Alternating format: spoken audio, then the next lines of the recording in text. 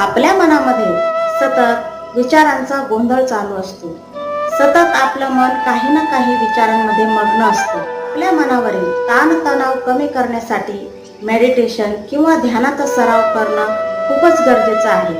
Meditation केल्याने आपले मानसिक आणि शारीरिक दोन्ही स्वास्थ्य सुधारतात. आपण शरीरासाठी व्यायाम करतो, पण मनासाठी आपण व्यायाम करतो का? नाही.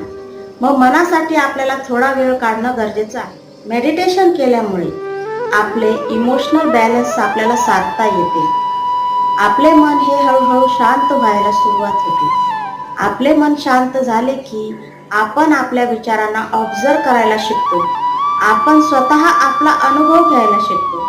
आपण समोरच्या किंवा दुसऱ्या व्यक्तींनाही ऑब्झर्व करायला शिकतो. अशाच माहितीसाठी तुम्ही मला नक्की फॉलो करा. धन्यवाद. नमो बुद्धाय.